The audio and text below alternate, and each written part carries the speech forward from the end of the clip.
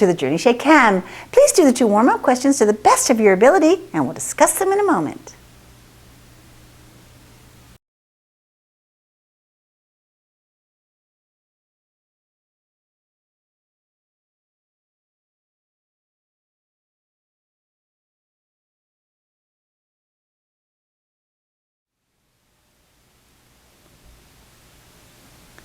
In number 1, we are determining either the molecular weight or molecular mass of a compound. And most often when these problems are done, they're given non-electrolytes. And that would mean that there's no particles that are formed, and we can not worry about the Van Hoff factor and the number of particles. Therefore, we have this equation where the grams of the solute times the freezing point depression constant divided by the kilograms of solvent, and the constant is always based on the solvent and the change in temperature of the freezing point. Well, we have 65 grams given in this problem, and water's freezing point depression constant is 1.86 degrees Celsius per mole. We have 253 milliliters, which we must change to kilograms. Well, 1 milliliter of water is 1 gram. We've done that so many times, I'm sure you know that. And we get 0.253 kilograms.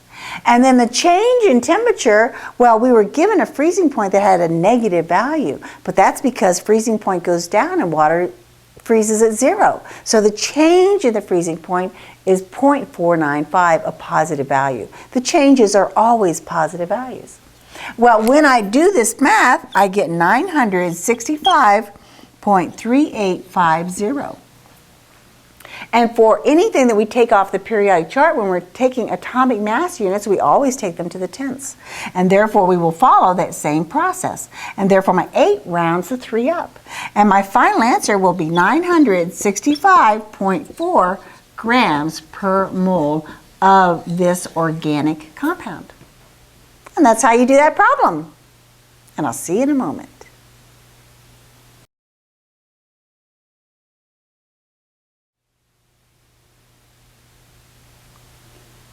In number 2, we are determining the freezing point and the boiling point of a solution that contains potassium oxalate. Well, oxalate's not one that we normally have, but we need to know it because it does show up on occasion. And we have to change our grams to moles because the equation that we're using for this is that the change in the temperature of the freezing point is equal to the molality times the freezing point depression constant times the number of particles.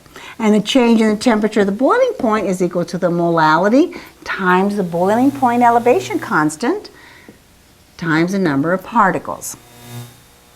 And therefore, I have to get molality. Well, I have to change my grams to moles, and therefore I need the formula mass of the potassium oxalate. And potassium is +1 and oxalate has a -2 charge, and compounds must always be 0. We always have to watch out for that.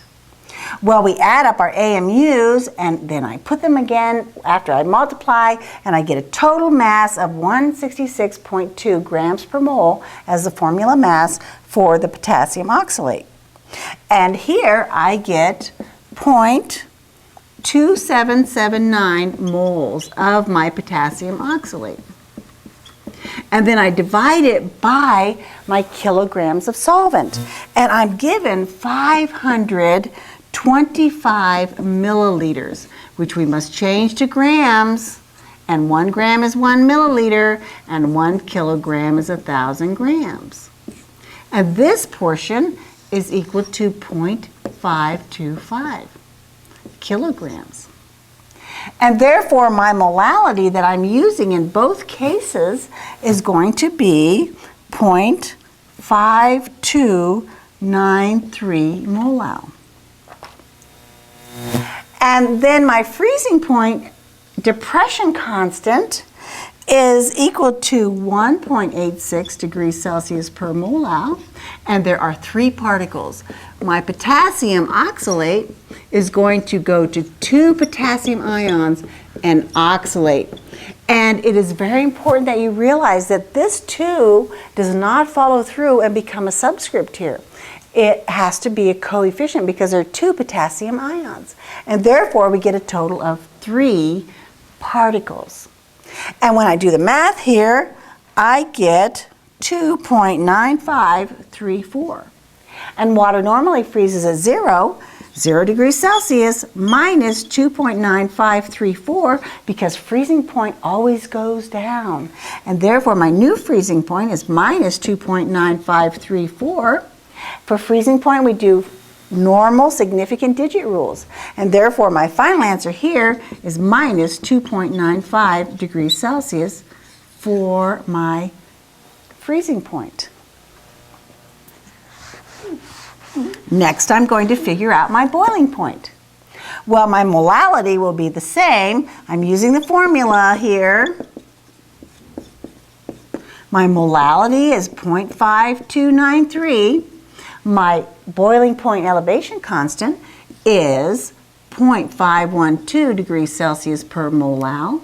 And I have 3 particles. And therefore, my change in the boiling point is 0.8130 degrees Celsius.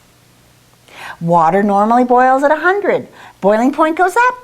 And therefore, I have 100 plus, or 100 degrees Celsius, plus 0.8130 degrees Celsius. And my new boiling point is 100.813 degrees Celsius. And you'll recall that when we do boiling point, we go 3 places past the decimal, rounded because the numbers are so small. And that's how you do number 2. Well, today we have a review worksheet. We'll discuss it tomorrow, and then you'll be ready for the assessment. I know you'll do well, and I know that we've had lots of practice on this, and so it shouldn't be too much problem for you. Well, I'm looking forward to seeing you tomorrow. Bye.